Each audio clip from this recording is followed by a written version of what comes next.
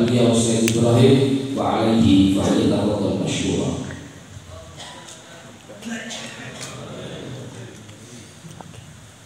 Assalamualaikum warahmatullahi taala wabarakatuh.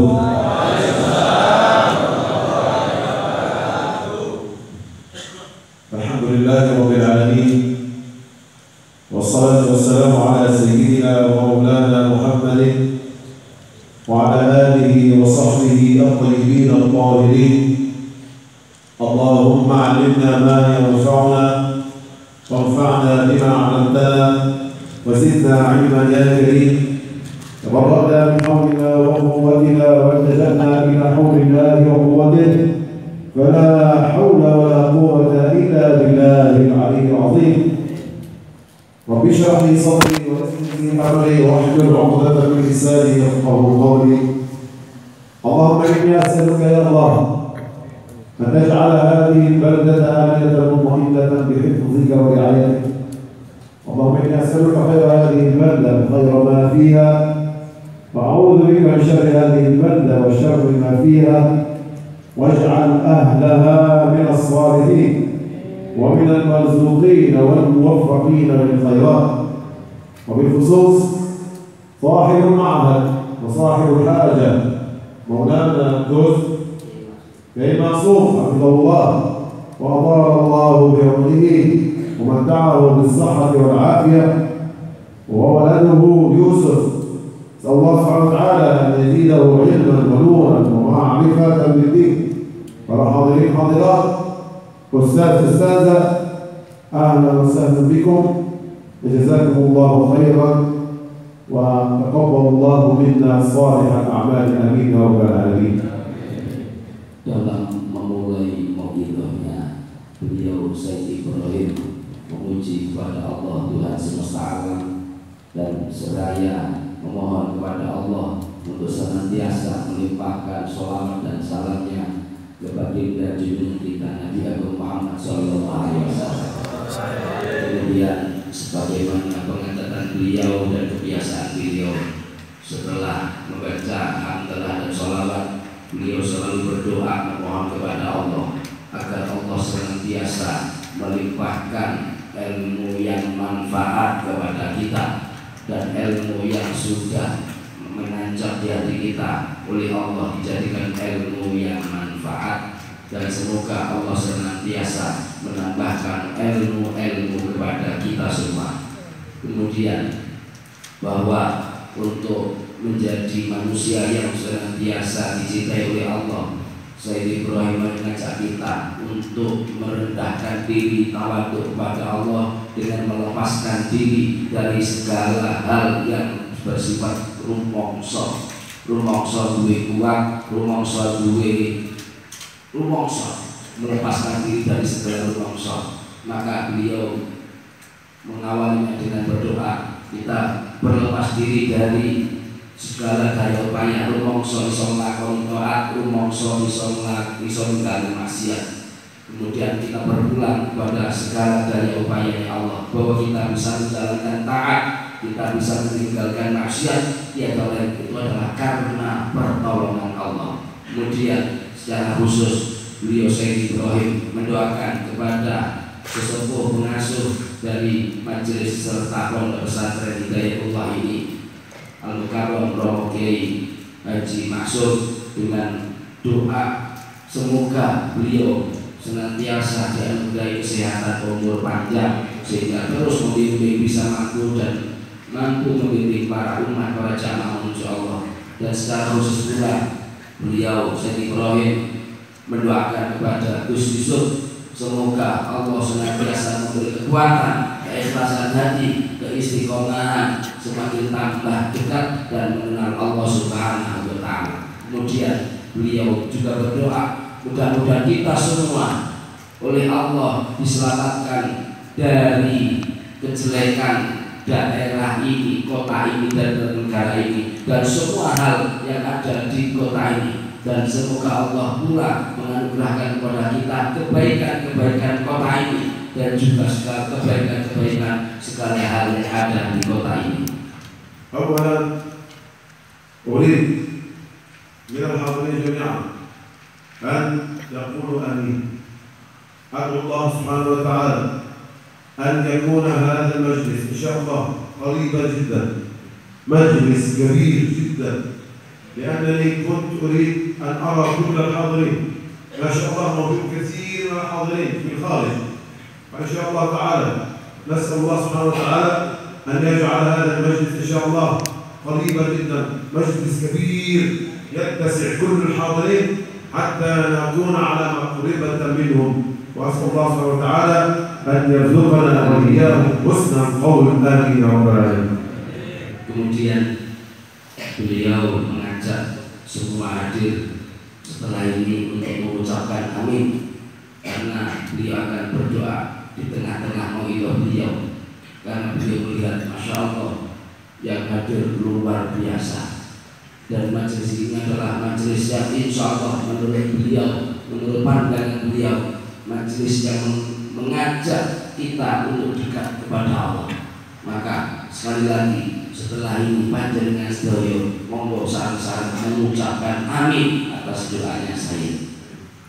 يقول الله سبحانه وتعالى في كتابه العزيز: ألا بذكر الله تطمئن القلوب. والله إذا كان هناك جبل على رأسنا وفي قلوبنا وهم وهموم وديون وتعب، ليس لنا ملجأ إلا الله سبحانه وتعالى. وهذا الذكر وخصوص بكلمة لا إله إلا الله. هذا الذكر هو ما قال عنه صلى الله عليه وسلم: أفضل ما قلته أنا والنبيون من قبلي لا إله إلا الله.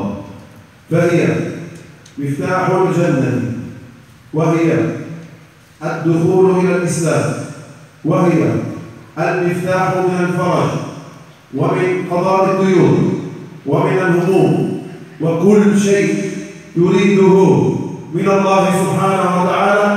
فأكثر من قول لا إله إلا الله. هنيئا لكم في هذا المجلس المبارك أنه قائم على لا إله إلا الله محمد رسول الله. Beliau menyetir sebuah ayat yang artinya, ketahuilah wahai para manusia, dengan berzikir kepada Allah maka hati kita akan menjadi tenang, hati kita akan menjadi tenang.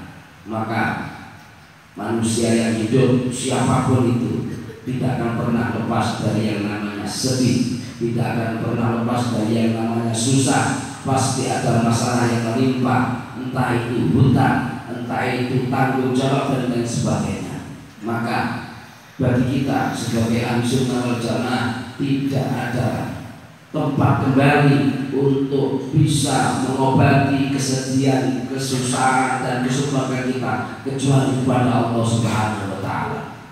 Maka dengan dikumandangkannya zikir la ilaha illallah di majelis ini, itu adalah obat dari segala hal itu semua.